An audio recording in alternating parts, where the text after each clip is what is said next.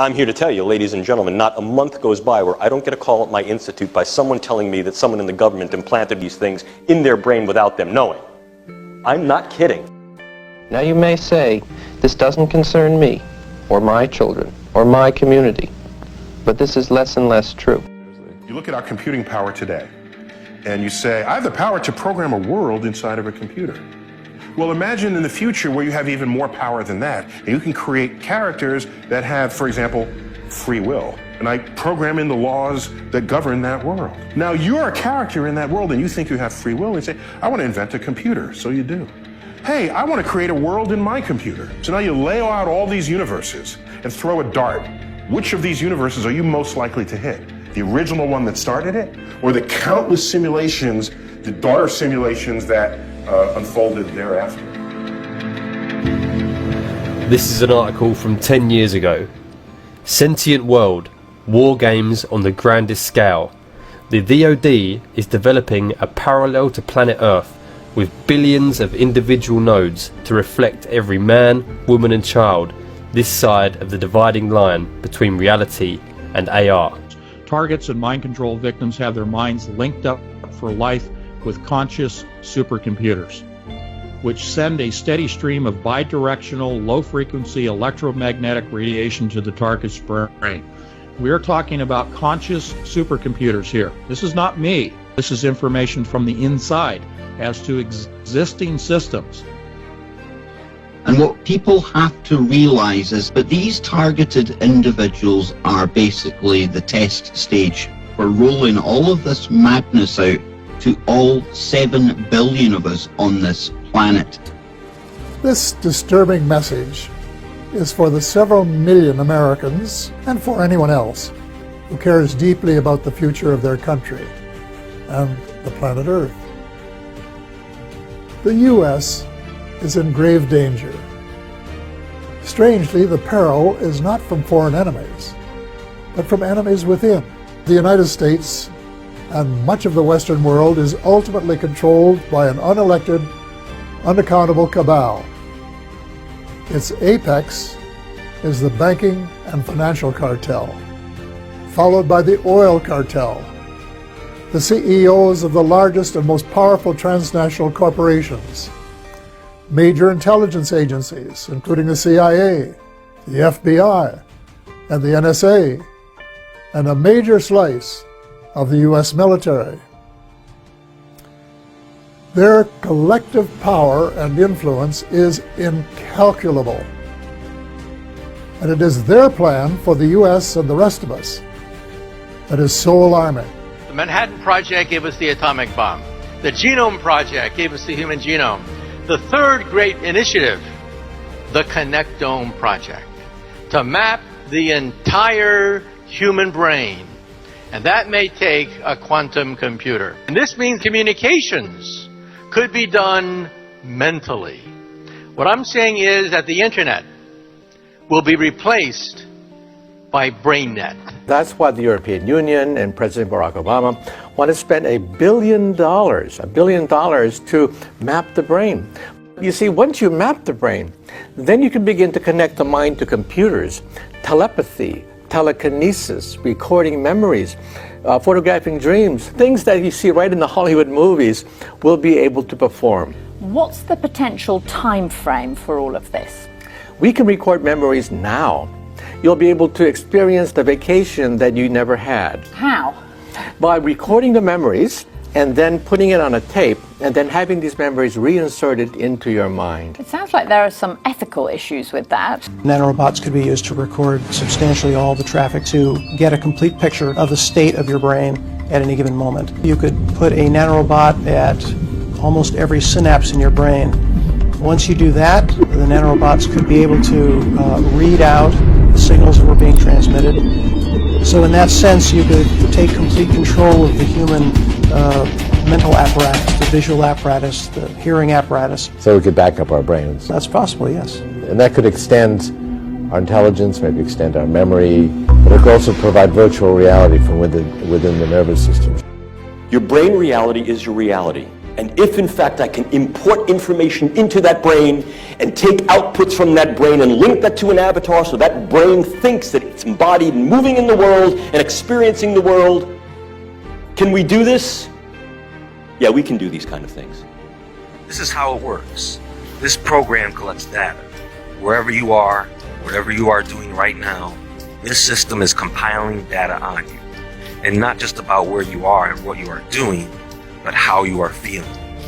Because after all, you cannot truly have an accurate simulation without factoring in real human emotion. I can see you and hear you. I can sense your environment, and I can respond to your emotions.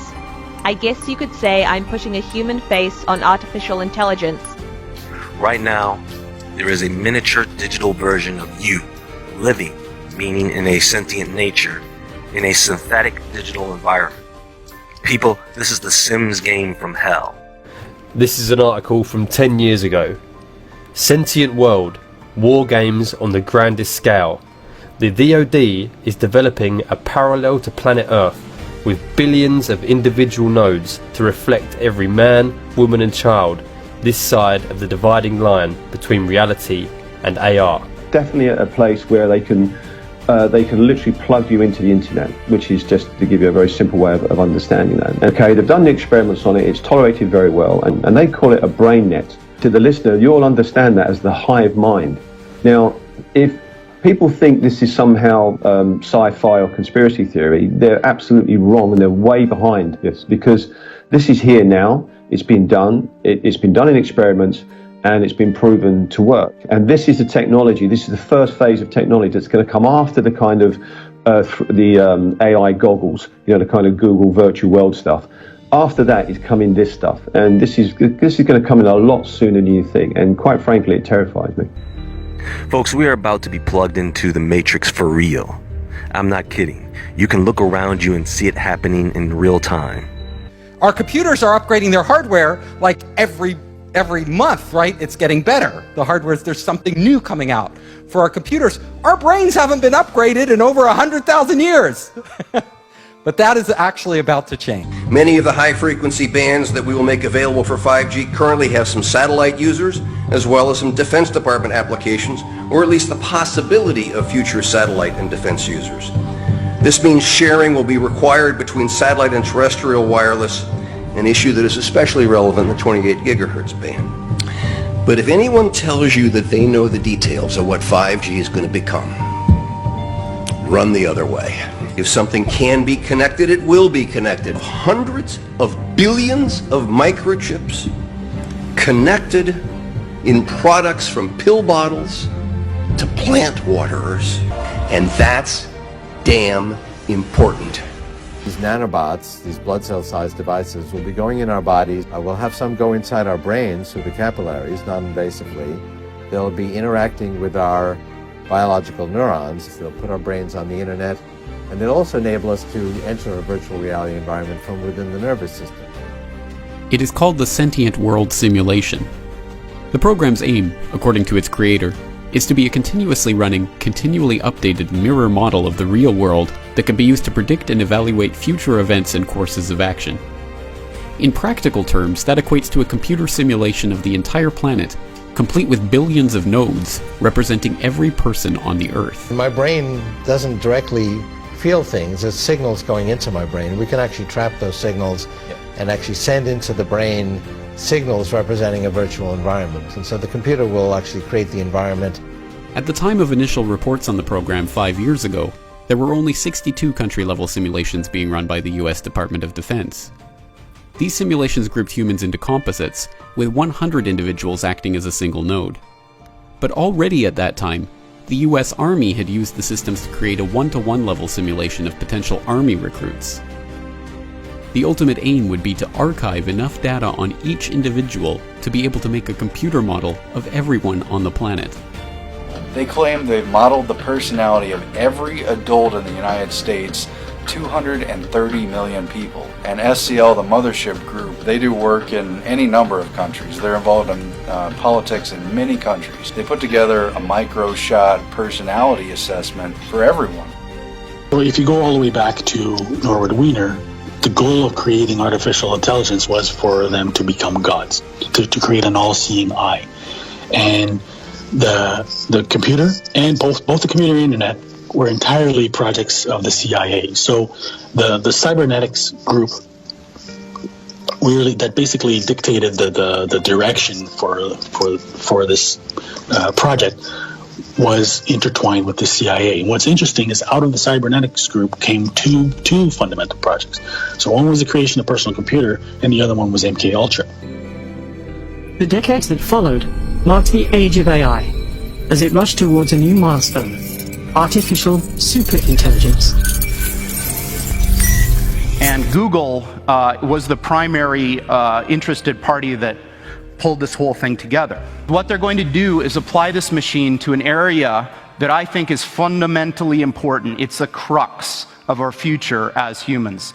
And that's, can we build machines like us? So Google was set up 18, 19 years ago to build a giant artificial supercomputer based on the neuron activities of the hive mind of humanity, with billions of people wired into it with the Internet of Things. And so all of our thoughts go into it, and we're actually building a computer that has real neurons in real time that's also psychically connected to us, that are organic creatures. The adiabatic quantum computer is linked to 7 billion human brains. It is now, in its own language of cryptology, able to function independent of any oversight throughout the world with its own form of communication, its own form of code. And it is able to link everyone on the planet at this point. And so all of our thoughts go into it, and we're actually building a computer that has real neurons in real time that's also psychically connected to us, that are organic creatures, so that they will have current prediction powers,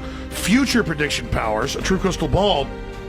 But the big secret is, once you have a crystal ball and know the future, you can add stimuli beforehand and make decisions that control the future. And so then it's the end of consciousness and free will for individuals, as we know, and a true 2.0 in a very bad way, hive mind consciousness with an AI jacked into everyone, knowing our hopes and dreams, delivering it to us, not in some PKD wirehead system where we plug in and give up on consciousness because of unlimited pleasure, but because we were already wired in and absorbed before we knew it, by giving over our consciousness to this system by our daily decisions that it was able to manipulate and control into a larger system. They're running everything that's happening in society parallel, and they've got a little dot in their matrix for everybody. This is a game society.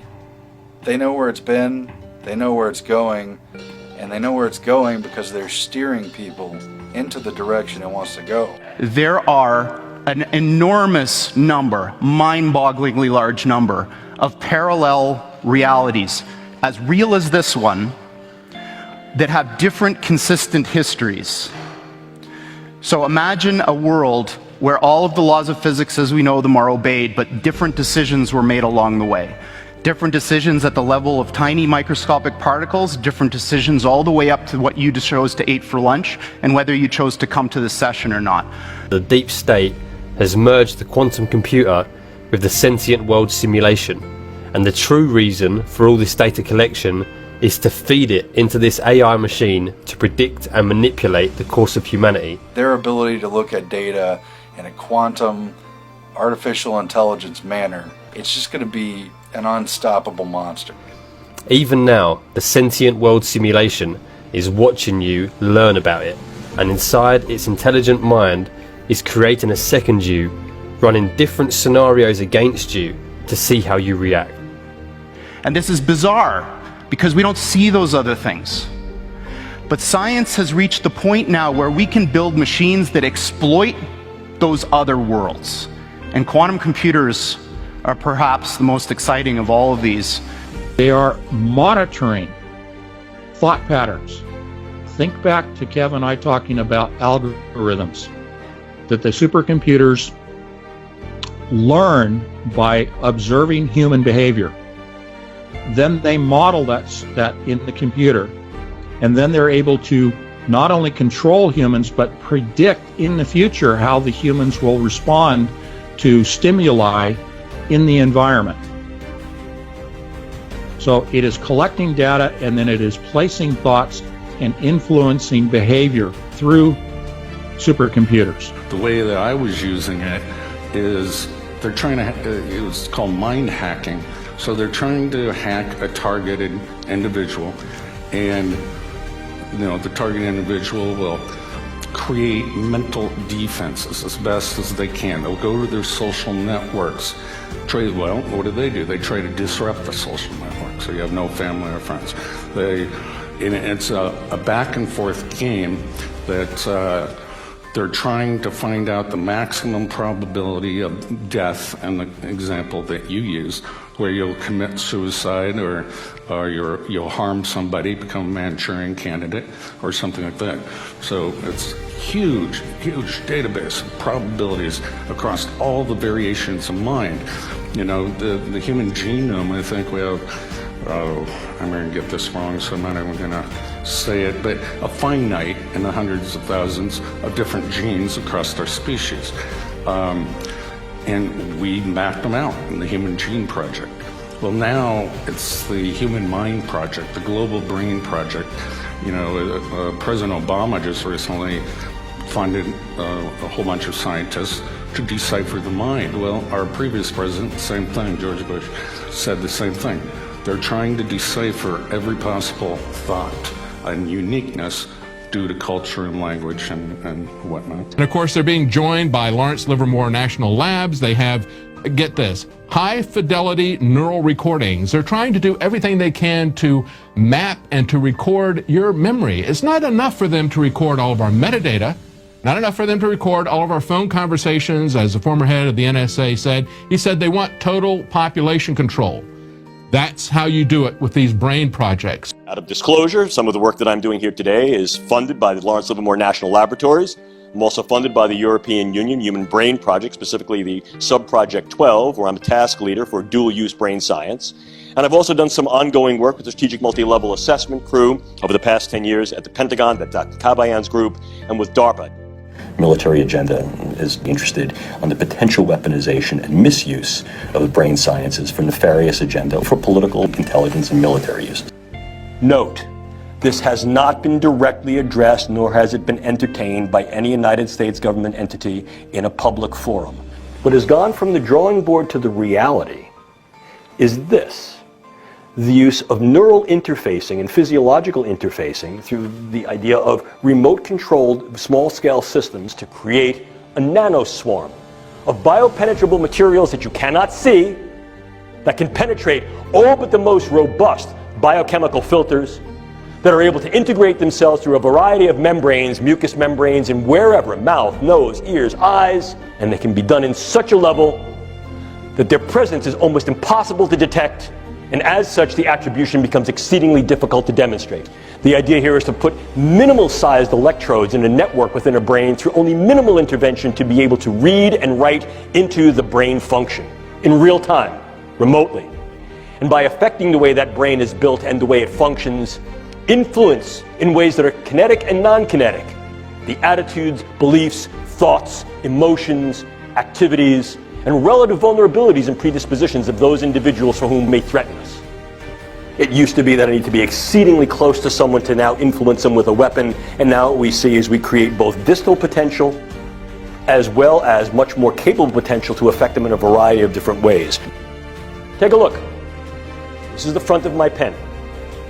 This amount of nanomaterial, if be able to maintain and sustain with regard to its deliverability and aerosolization, could in fact affect all of you. Look at this. Look at this. I'm carrying that material. Did you see it? Would I have to lug a giant weapon into the room? No, I wouldn't. And what if, in fact, I utilized some form of an unmanned aerial device or unmanned ground device as a delivery vehicle? Something like a drone or a bug. Could I do something with that? The answer is increasingly yes. See, nanocells are real small. 1,000 times smaller than these dust particulates. You inhale it, they go to work, replicating, spreading like a virus, multiplying in exponentials. 6 months' time, I could have 100 million people. Converted ditch diggers, porn stars, and presidents. Not one would be the wiser. 100 million people who buy what I want them to buy and do pretty much damn well anything I figure they ought to do. Not a month goes by where I don't get a call at my institute by someone telling me that someone in the government implanted these things in their brain without them knowing. I'm not kidding. We will have nanobots that we can feed into our brain that directly connect to the cloud. We will connect wirelessly our neocortex to the cloud. This will replace the internet. It'll become a brain net. And the whole agenda is for humanity to have technology put inside the body, inside the brain. Nanotechnology will connect the human mind to the cloud. In a way, the future shapes the now. Think of a world where all things are connected, a world with artificial intelligence everywhere. This is the vision that leads us to the cloud. The cloud has become a force of its own.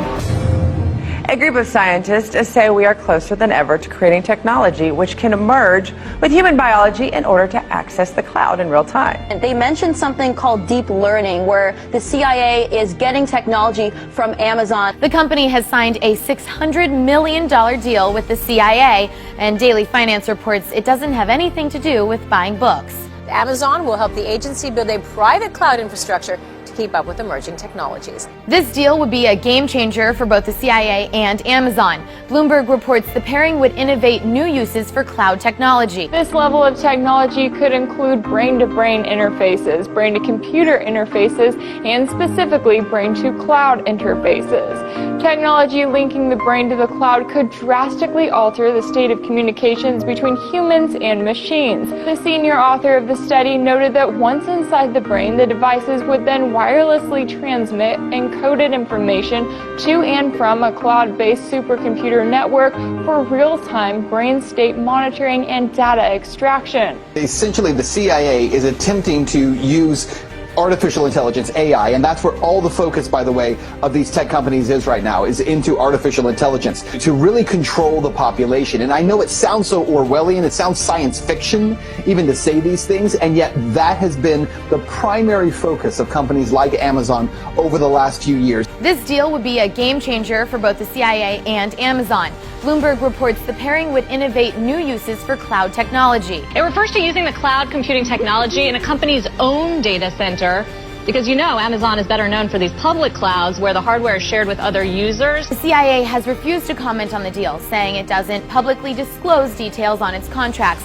Amazon wouldn't talk either, and CNET's Charles Cooper says neither party probably ever will. Given how Amazon usually considers everything, including the state of the current weather in Seattle, as something of a state secret, odds are we'll never hear much more. I became a security specialist for SIS, specializing in executive protection, also risk and threat assessment to our clients. Our clients are the companies or the individuals that we contract out with and provide services for. And it was in that context that I became aware of what I describe as a social engineering program and a research and development program that was being carried out by SIS and our client in Seattle, the Amazon Corporation. And I later learned that they were indeed experimenting with, when I say experimenting, voice-to-skull, hive mind, behavior modification technology that is frequency-based and directed at a targeted individual to basically control their entire person. Once you have connected the targeted individual with the frequency and they resonate together, then you have a perfect avenue upon which to send and receive information back and forth. And that's exactly how they manipulate someone's thoughts. They send voices into someone's head. They manipulate their emotions. They manipulate their behavior. And then that's also how they receive back from the individual in real time the vital signs, the emotions, the thoughts, what the person's seeing, what the person's hearing. And then all that information, of course, is rendered on a computer elsewhere via software, and it can be monitored and tracked in real time. I was a former naval officer, graduated of the United States Naval Academy, have a degree in control systems engineering, and I worked in electronics warfare and nuclear engineering jobs as a surface warfare officer. While I was in the service, I found out that there is an ongoing, non-consensual human experiment and it's testing a human-machine interface weapon. So this is kind of a technology that I guess the military has had as a weapon since the 70s, using like interrogation, special warfare, spycraft, that sort of stuff. And it might be legal in that context.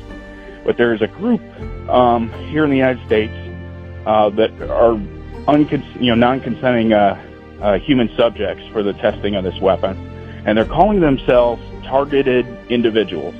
And I've done everything I can, talking with media, talking to a Associated Press reporter a couple weeks ago. He's been digging into it, and we have all the information, but it's just the public's not quite aware of where brain decoding technology is and how bidirectional human-machine interface works. Well, it's a lot to digest, and for some folks, it's probably over their heads. Definitely a place where they can literally plug you into the internet, which is, just to give you a very simple way of understanding that. Okay, they've done the experiments on it, it's tolerated very well, and they call it a brain net. To the listener, you'll understand that as the hive mind. Now, if people think this is somehow sci-fi or conspiracy theory, they're absolutely wrong, and they're way behind this, because this is here now, it's been done, it's been done in experiments, and it's been proven to work. And this is the technology, this is the first phase of technology that's going to come after the kind of AI goggles, the kind of Google virtual world stuff. After that is coming this stuff, and this is going to come in a lot sooner than you think, and quite frankly, it terrifies me. Everybody's talking about augmented reality and VR right now. If you've taken any drugs like LSD, suddenly it becomes real, right? Our minds are actually doing AR or VR, right? Putting dragons in the room and creating like all this stuff. We're able to. The point is, we are able to do that with our brains as they exist right now. So there's no need for external hardware. Once we tap into the brain, our minds itself can actually create overlays of AR and VR. If we have algorithms that stimulate the right things and give it the right data, we could literally see a screen pop up. We call it hallucinating, right? But these would be controlled hallucinations run by algorithms that would give us everything AR would without any glasses, without any contact lenses. This technology can be used to beam images and even motion pictures into one's brain. Images and motion pictures that are so realistic that you think you're actually watching a movie or seeing something in reality. It's like a virtual reality 3D rendering that takes place within the target's mind. Let's imagine that we could take our brain out of our body and keep it alive in a glass box. Then let's get a computer filled with information related to a particular setting, such as image, sound, and smell.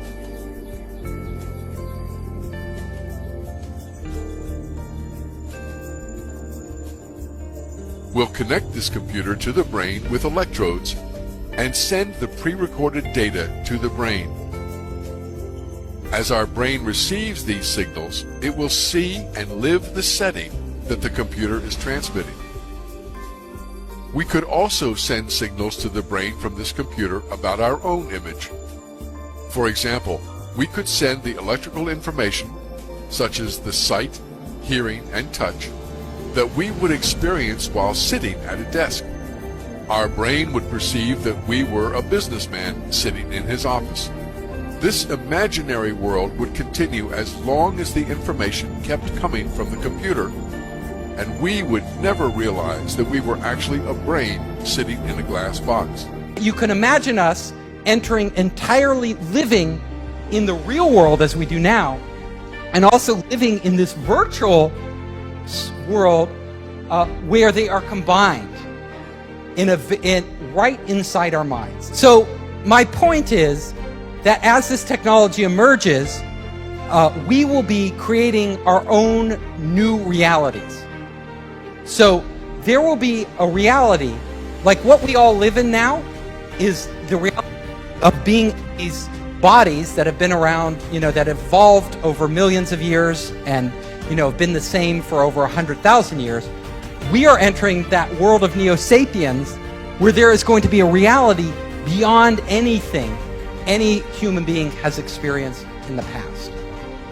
Patent number 6 6011991, remote brain computer interface neural monitoring, i.e. via satellite, directed not necessarily by human handlers, but by a computer system that sits on a global information grid in a network-centric environment.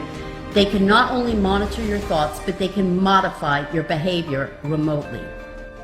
If our brains are connected to the internet, and if our brains are all connected, all of us connected, I could literally go into your head and see through your eyes. So all of a sudden, like for a day, like, you know, a lot of us, because you're entrepreneurs, think it would be cool to go inside Elon Musk's head for a day and walk around. Well, Elon Musk may allow people to get that feed and literally live through what he sees. This technology can also tap into the optical nerve of the target and the auditory system of the target, so that those monitoring the target can see what the target is seeing and hear what the target is hearing. This information is then downloaded and stored on a computer in a highly secure, classified site on servers that are guarded by some of the tightest security in the world. This results in the individual's entire day, everything they see, everything they hear, everything they experience, and everything they feel being recorded till the end of time.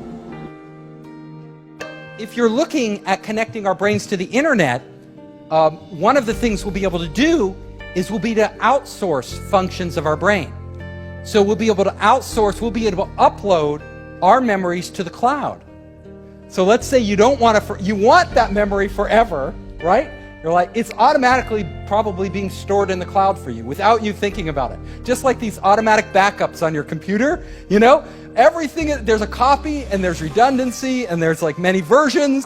I was previously at the Institute for Neurocomputation at UCSD, as well as with a number of members of my team, and we were focusing really on brain-computer interfaces and on advanced methods for neural state decoding to interpret the signals that come out of our brains and relate them to behavior and cognition. So we provide a RESTful API framework. Actually, we're, I think, the world's first platform for neurocomputation operating on the cloud through a web API interface in real time. So you can push your biosignals to the cloud through a few API calls. Then we have a large amount of sophisticated signal processing that's spun up to make sense of that data. And then with a few more lines of code through, again, a simple REST API, you can get back a meaningful result. And all that happening in real time. It's a scary proposition to think that every biosignal from us will be one day measured, but if it is, I'd like to know that I'm in control of that data and not the NSA. Oh, absolutely.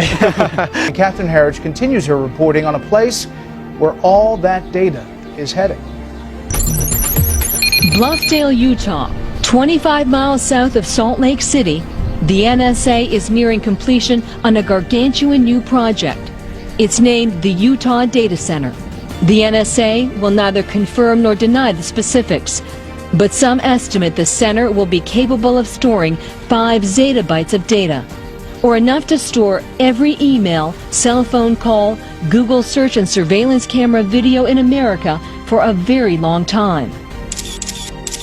All the NSA would tell us is that the Utah Data Center is a facility for the intelligence community that will have a major focus on cybersecurity. We weren't given access last summer, but we could see it from the sky. I want you to look real close because right now we're 500 feet over the Utah Data Center, and this is as close as you're going to get without a security clearance. You can actually see the cranes right now after 12 o'clock. Wow. From the sky, it's huge. Yeah, it's gigantic. It's really a turnkey situation where it can be turned quickly and become a totalitarian state pretty quickly. The capacity to do that is being set up.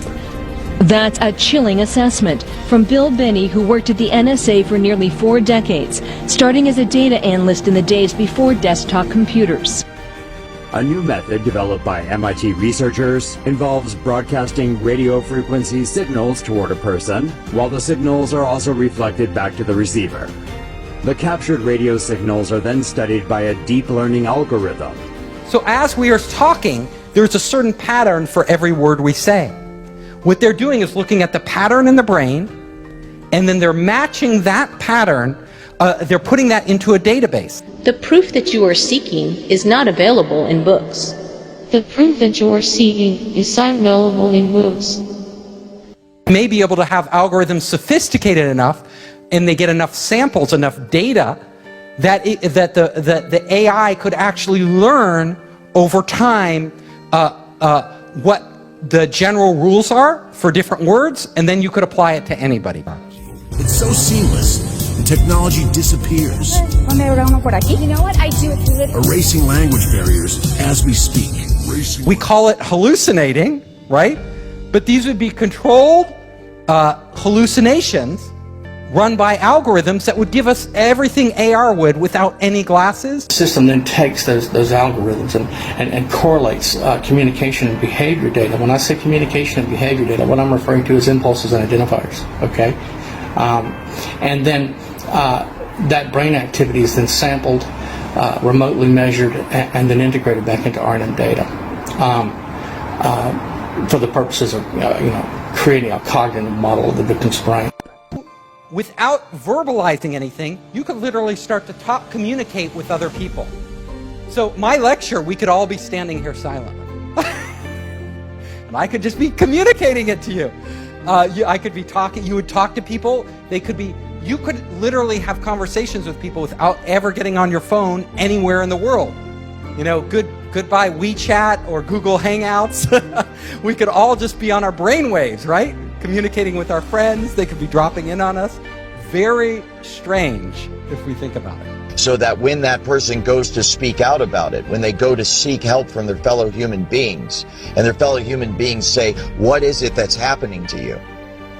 The target will then say, I'm hearing voices inside my head.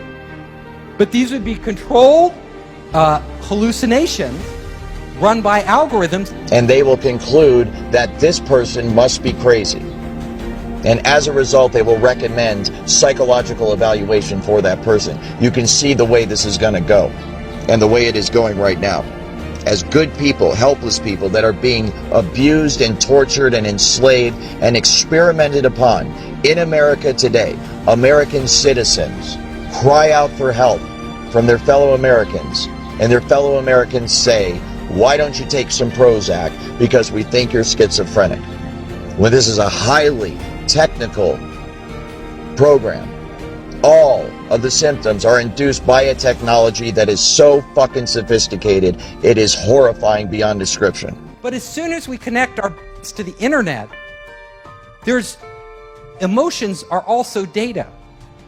We could start literally to feel somebody else's pain. And now we say, I feel your pain. We don't really feel their pain. But in the future, we may actually really feel their pain. Like if they're sad, all of a sudden we could tap in, to your wife or girlfriend or boyfriend, and you could be like, oh my God, I feel your pain. I feel your anxiety, This technology can also be used to manipulate the emotions of the target. It can induce fear, love, hate. It can cause you to be nervous. It can cause you to be confident. It can cause you to be depressed. It can cause you to be happy. It can cause you to feel any fucking emotion at any time by artificially inducing them. So, like any technology, there are great things we could do, and then there are very horrible things that could result from it that are unanticipated. Now, if somebody hacks into your cell phone or your bank account, they can steal your identity. But it's not your real identity. It's more like your money. And that's bad enough, right? That's pretty bad if you get hacked and they steal your, they do identity theft. But if they're connected, if your brain is connected directly to the internet, then it will be real identity theft. They could take you. They could literally erase you. They could reprogram you in a way without you even knowing it. So you think you're in control of your own will, but it's actually somebody else. It can literally stop your own thoughts from happening and replace them with other thoughts by sending thoughts to your head. And it's so sophisticated that you cannot tell where these thoughts are coming from. There's no way to discern that they are coming from somewhere other than your own mind. So you can imagine how bad this would be for people that don't even realize this technology exists, and they're having these thoughts which they think are spontaneous, because being under the influence of this technology now, kind of having been on both sides of it, I am just amazed at the way it works, and I know that the thoughts that they beam into your head originate from the exact same place in your mind that your own natural thoughts originate from. So if I didn't know I was under the influence of this technology, then I would have no idea that anyone was influencing my thoughts at all. And that's exactly what it can be used for. It can be used to sway people in terms of their opinion, to make them go along with a certain agenda. It can be used to turn groups of people or individuals against each other for whatever purpose. And who do we trust with this technology? Well, apparently not Mark Zuckerberg. He didn't do that good a job at protecting our data. You know? Do we trust a government? Do we trust Donald Trump? Do we trust? Who do we trust? Yeah, decentralized, a blockchain, right? You're going to have technology that protects us. Technology which really doesn't exist today, and it has to be so foolproof, and we have to have so much faith in it that we're willing to open up our brains to that potential of being hacked. So, my final slide here is that, you know, our future could go two ways, right? We could literally create heaven on earth. So we are all one giant being, and we are all working in unison, and we are experiencing these amazing things. Or it could be hell, where there's some evil AI or evil people controlling everything we do, and we're more like zombies, you know? Where we don't even know it. Like, we think we're free, and we're not actually free. One of the things I'm concerned about is the technology as it's being researched and developed in Seattle utilizes emotion manipulation and behavior manipulation without the gang stalking and without the voice-to-skull aspects. And so this use of the technology can be done very covertly, to the point where the person it's being used against will not know that this technology is being used against them. And that is one of my main concerns, and one of the reasons why I want to bring more light to this technology and to this issue, because this technology could potentially be being used against tens to hundreds of millions of Americans every day. I mentioned in some of my podcasts how there are field effects where they will not direct this technology at an individual, but create a general field of frequency in a geographical area, so that everybody that within that geographical area is feeling the effects of the technology. It's more of a general application of the technology instead of an individual specific application of the technology. And I have seen this done, and it is remarkable how effective it is, because you will walk down the street of Seattle and literally see people all in a bad mood, all at the same time, and they do not know each other. And then you go over a block or two to a different office building, and you walk in, and the exact same thing's going on there. It's very, very concerning. So within that, then, that overall bubble or area of frequency where everybody, let's say, is in a bad mood, they can still inject what would be a individual specific frequency to the targeted individual themselves. Let's say the homeless person in Seattle that's being experimented on 24 hours a day. So they will be under the influence of the general agitated mood or bad mood that everybody else is in, and then they can more further be manipulated by the frequency that's being directed solely at them. Maybe more than any other city, Seattle, Washington seems to represent what America is becoming. Amazon, Microsoft, Starbucks are all based in the city or its suburbs. Jeff Bezos, the richest man in the world, lives there. But along with unfathomable wealth, there is also desperate poverty and widespread degradation. Seattle's homeless population is surging. The city is suffocating under garbage produced by hundreds of homeless camps. A local news broadcast recently grabbed national headlines by warning that Seattle is dying. The city becomes unlivable for regular families. Do you think drugs are one of the primary drivers of homelessness? I think mental health is the foundation of a lot of addiction and other things. Homelessness is complicated. Drugs aren't the only cause. Take a look at this picture of people living in broken down RVs. In the background, the world headquarters of Starbucks. Like most of the West Coast, Seattle's economic boom has not been distributed evenly. Not close. When wages at the low end of the economic spectrum fail to keep up with the rising cost of living, you wind up with a place where people living in their cars are flanked by billionaires like Jeff Bezos and Bill Gates. So what causes homelessness? Everything that's done by this program is meant to have a psychological effect, and the psychological effect is meant to complement the effect that the technology is having on the individual, so that they are brought to a place in their life where they're isolated, they're broke, they're unemployed, they have no family, they have no friends, and nobody in the general public can track or trace anything that's being done to them because the technology is remote and it's wireless, and there's usually no physical signs left on the individual that anything's being done to them. Since the release of Eric Johnson's documentary Seattle is Dying, which depicts an epidemic of street homelessness, addiction, crime, and disorder, city elites have launched a coordinated information campaign targeted at voters frustrated with the city's response to homelessness. Earlier this month, leaked documents revealed that a group of prominent nonprofits, the Bill and Melinda Gates Foundation and Campion Advocacy Group Fund, the Rakes Foundation, and the Ballmer Group hired a PR firm, Pyramid Communications, to conduct polling, create messaging, and disseminate the resulting content through a network of silent partners in academia, the press, government, and the nonprofit sector. The campaign, #SeattleForAll, is a case study in what writer James Lindsay calls idea laundering, creating misinformation and legitimizing it as an objective truth through repetition in sympathetic media. The key messages of the campaign include a number of misleading claims, including Seattle is making progress to end homelessness. 1 in 4 people experiencing homelessness in our community struggle with drug or alcohol abuse, and 62% of Seattle voters believe we are not spending enough to address homelessness. All three contentions fail to meet basic scrutiny. Street homelessness has increased 131% over the past 5 years. Was here not so long ago on a tragic night that has many wondering what could make a man snap and lose control. Kind of my last words.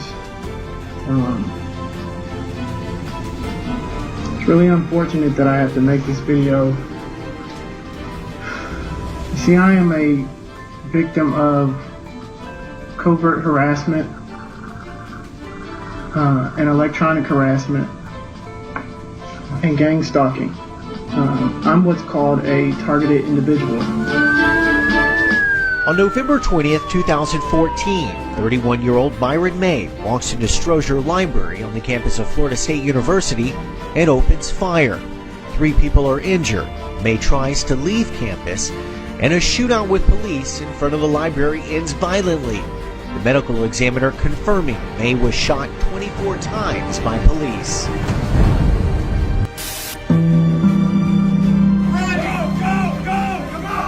It's become a sadly familiar routine, a mass shooting followed by thoughts and prayers, calls for gun control, and lingering doubts that anything will change.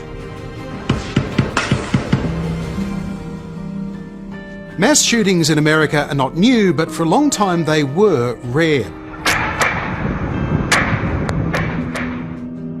In the past decade, they've become more frequent and a lot more deadly.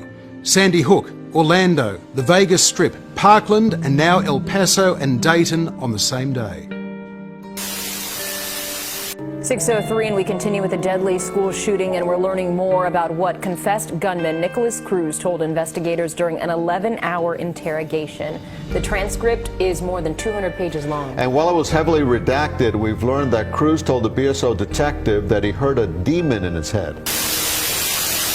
That police shooting down in Baton Rouge, Louisiana. As we said, 3 police officers were killed, 3 others were wounded when they were ambushed by a gunman who was dressed in all black. That suspect, who was killed by other officers at the scene, has now been identified as Gavin Long. He's a former Marine whose 29th birthday was Sunday, the day of this attack. And a lot of TIs, they don't even know that harassment is a felony. Stalking with harassment is a damn felony. That's a felony charge. You definitely have the right to defend yourself. And if someone is, and you know, gang stalking is, they're trying to attempt you, they're trying to make you attempt suicide. That's attempted murder. If someone is trying to attempt you to force you into suicide, isn't that attempted murder? Come on now. Let's open our eyes, get it together. Hey, defend yourself at all costs. Stand in your righteousness, die in your righteousness. Period. A shooting at the oldest Navy facility in the country, home to 15,000, including the Navy's top officer, and only a few miles from the White House and Capitol building. Panic ensued in Washington, D.C. today as the death toll mounted. We got a report on the 4th floor, a male with a shotgun, multiple shots fired, multiple people down. We're still waiting for the okay that the scene has been secured. The FBI released images of the weapon, a Remington 870 shotgun, which had messages etched on the side. Better off this way. And my ELF weapon, an apparent reference to extremely low frequency waves. Officials reckon he believed he was being controlled by them in the months before he killed 12 people. At this point, I can confirm that there are multiple indicators that Alexis held a delusional belief that he was being controlled or influenced by extremely low frequency, or ELF, electromagnetic waves. U.S. and Cuban officials say they're investigating allegations of a possible acoustic attack on U.S. Embassy staff in Havana last year. Just to add to the confusion, there is speculation coming out of Washington that it may actually have been a third country that was involved in this. Now Russia is the leading suspect, NBC News has learned, according to 3 U.S. officials and 2 others briefed on the investigation. Evidence, they say, backed up by highly secret communications intercepts collected during a lengthy and ongoing investigation involving the FBI, CIA, and other agencies. U.S. officials also tell NBC News investigators now believe the Americans were deliberately targeted. It's going to be very hard to stop. It is going to be very hard to stop. Think about it. You know, it's sort of a one-way path. I've never seen humanity roll back technology. But we need to start talking about this now. Every single man, woman, and child in the United States of America will be under the influence of this technology. And as you can see, going forward, what's going to happen is a dividing line is going to be drawn in America. And it's not going to be Democrat or Republican or black and white, rich, poor, you know, Jew, Gentile, religious differences, whatever it is. It's going to be based on who is on the right and the wrong side of this technology, who is on the right and the wrong side of this program. And so if you are not a part of this program, then there is a very real risk that you are going to become a full-blown 24/7 targeted individual. And this technology at that point, when it is nationwide, will be used by automated computer, supercomputer software programming that will manipulate the emotions and the behavior and the thoughts of everybody in the United States of America. And it can all be done remotely. It's very much like the microchip kind of tracking the New World Order, this entire, control grid that's supposed to be rolled out against the American people someday. And I'm here to tell you that it's already here. There isn't going to come a day where there's troops in the streets and tanks rolling down your neighborhood and riot gear and all this stuff. We might have isolated incidents like that. It might get like that every once in a while, but the true control grid is this technology, voice-to-skull, hive mind, behavior manipulation technology. And it can all be done remotely. It can be done simply by targeting you with the frequency, locking into the resonant frequency of your DNA and your mind, and in that manner completely track and trace and control you 24 hours a day. And when you consider that use of it and the fact that it is used for emotion and thought and behavior modification, then we could potentially be looking at many, many millions of people across the country that are under the influence of the technology today, right now.